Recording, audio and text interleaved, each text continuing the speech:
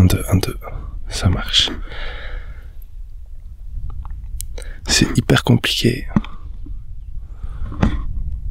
Parce que, comme je t'ai dit, j'ai pensé ce moment depuis longtemps. Depuis que tu m'en as parlé.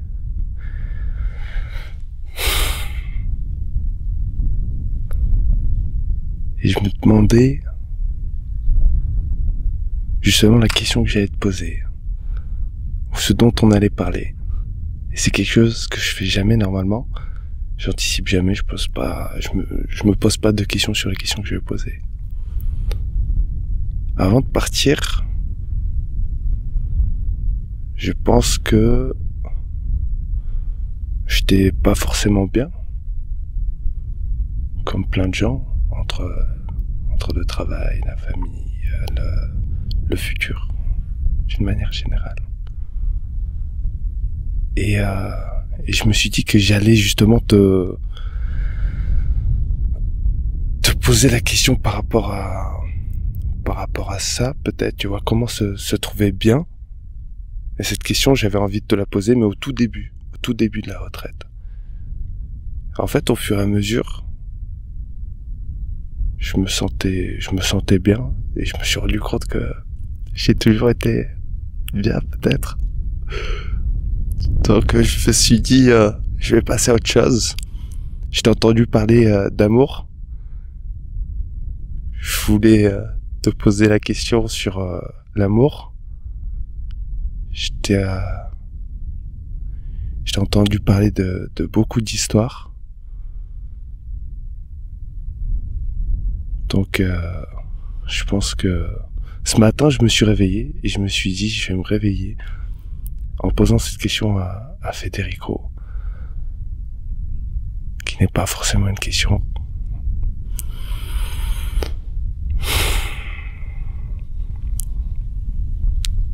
Raconte-moi une histoire.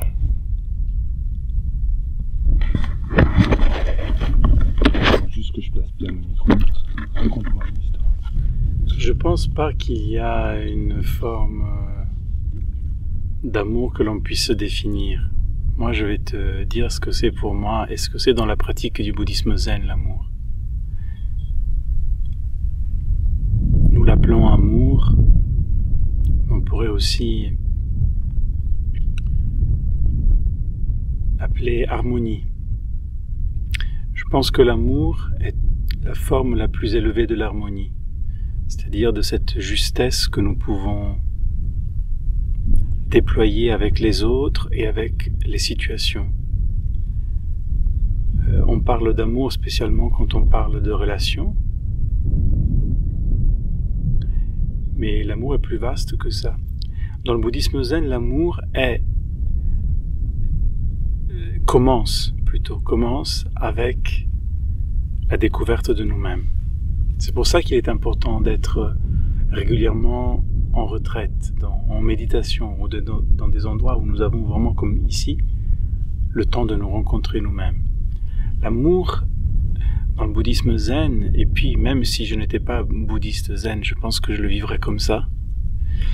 L'amour est cette harmonie que je trouve quand je me rencontre dans ma vérité, dans la vérité de ce que je suis. Et quand je suis capable, et on est toujours capable de ça, quand je suis capable de accueillir pleinement cette vérité et de faire avec ça c'est l'amour.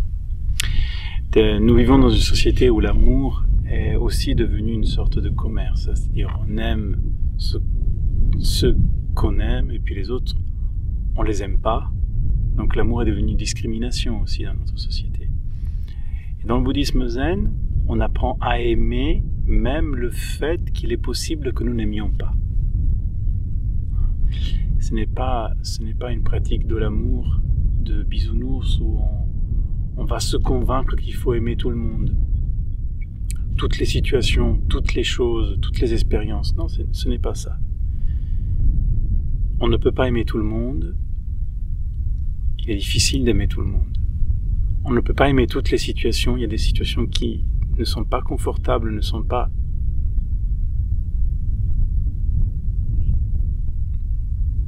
bonne pour nous.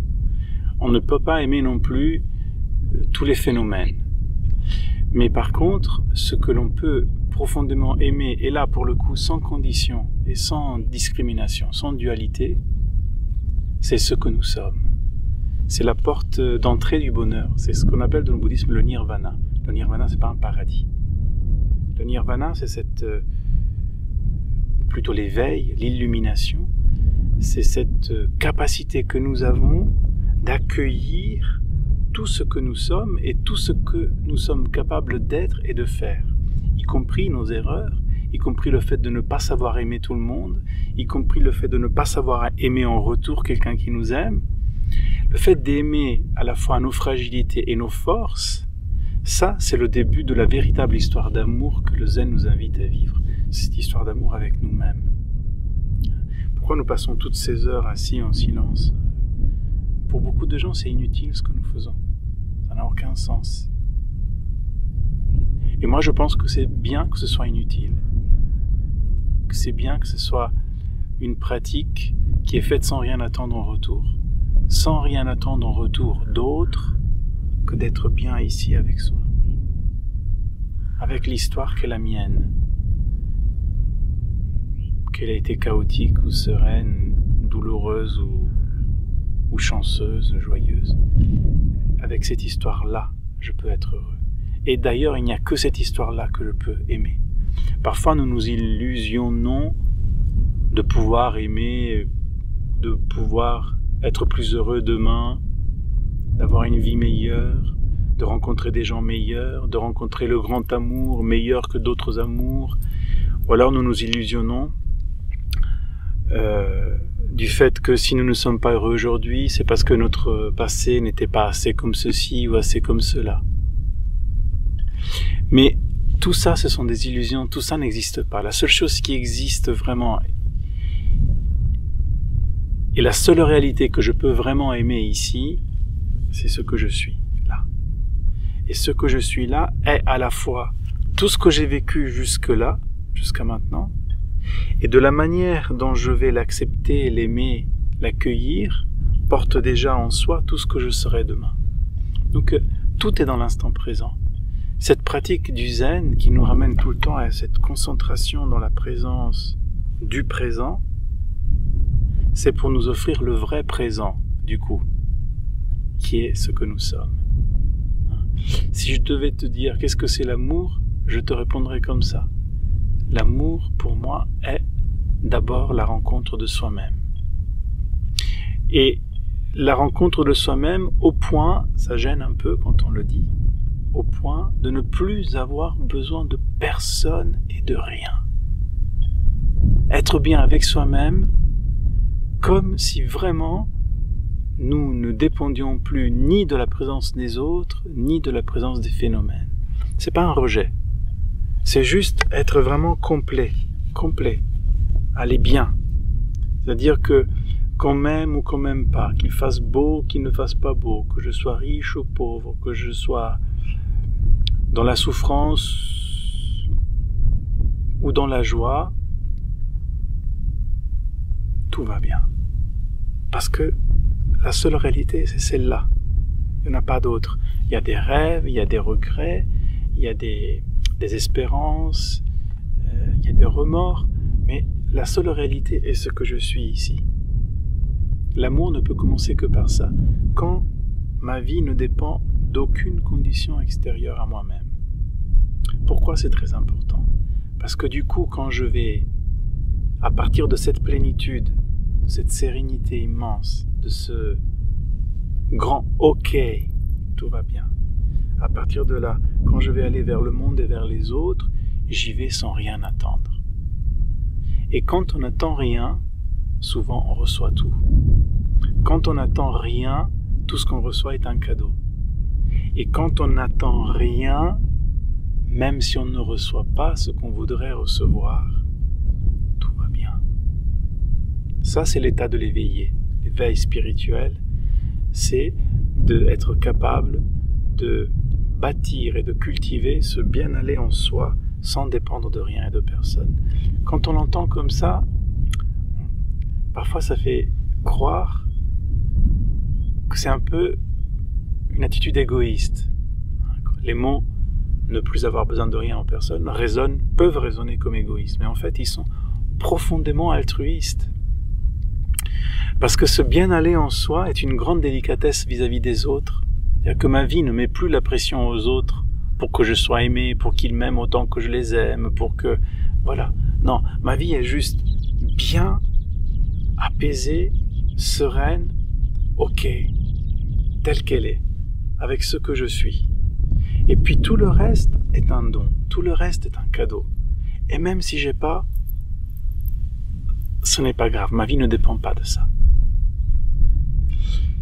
Il y a une chose très belle quand on arrive à ce niveau de liberté intérieure, c'est que par exemple, puisqu'on parle d'amour, mais on pourrait dire ça pour plein d'autres choses, d'émotions ou d'expériences, une chose merveilleuse qui se produit, et que du coup quand nous aimons, quand à partir de cette histoire d'amour avec nous-mêmes, nous nous ouvrons aux autres histoires d'amour dans la vie, les histoires amoureuses, mais aussi l'amitié, et toutes nos relations, eh bien, quand nous nous ouvrons à ça, ce qui compte vraiment, ce n'est plus d'être aimé en retour. Ça, c'est splendide.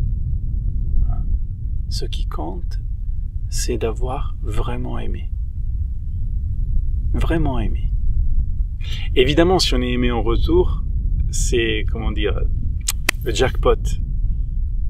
C'est encore plus joyeux, encore plus profond, encore plus enthousiasmant, plus émerveillant. C'est noble de vouloir être aimé. C'est une belle aspiration d'aimer et de vouloir être aimé. C'est une chose très, très juste. Il n'y a rien de mal là-dedans. Mais, dans un niveau de sagesse et de liberté intérieure tel que celui que je décris, j'ai beau aimer quelqu'un et ne pas être aimé à la hauteur où j'aurais espéré d'être aimé en retour, tout va bien. Parce que ce qui compte, ce n'est pas ce que je reçois, mais c'est ce que je donne. Ce qui compte, ce n'est pas que je sois aimé comme j'ai aimé, mais ce que j'ai aimé vraiment. Que j'ai aimé vraiment. Les parents vivent ça souvent avec leurs enfants. Il arrive souvent que les enfants ne répondent pas comme les parents le voudraient, à leur amour, à tous les sacrifices qu'ils ont faits pour eux. Mais ça n'a pas d'importance. L'important est que ces sacrifices que nous avons faits pour nos enfants, cet amour que nous avons donné, que nous avons semé dans leur vie, était sincère et vrai. Dans le Zen, on dit « fais le bien et efface tes traces ». Pour moi, c'est la plus belle forme d'amour. C'est aimer et ne pas se soucier si on m'a aimé en retour. Je l'ai raconté l'autre soir, puisque tu voulais une histoire. C'est un enfant d'une dizaine d'années qui m'a donné la plus belle leçon d'amour. C'est un enfant dans un orphelinat ici, pas loin d'ici, à Marrakech. Cet enfant donc a été abandonné parce qu'il est né malade. Et j'ai passé une après-midi avec lui. Et alors que je m'apprêtais à le saluer, je lui ai dit « Je t'aime ». Je lui ai dit « Je t'aime, Mehdi ». Et ce petit gamin, il m'a répondu « Je le sais ». C'est le moment où j'ai compris tout ce que j'ai enseigné pendant des années, que l'amour, en réalité, n'a ni besoin de concept, ni besoin d'être dit, ni même besoin de « je t'aime ». Il a juste besoin d'être vrai, d'être concrètement réalisé, déployé. Après qu'on l'appelle, qu'on le nomme, qu'on le définisse, qu'on le verbalise ou pas, ça n'a aucune importance. Et tu vois, cette question de l'amour, finalement, c'est la question de toute notre vie. Parce que notre vie, c'est la première et la plus importante de nos histoires d'amour. C'est notre plus grande histoire d'amour. Je pense pouvoir dire que la pratique de la méditation, la pratique du zen nous apprend d'abord ça.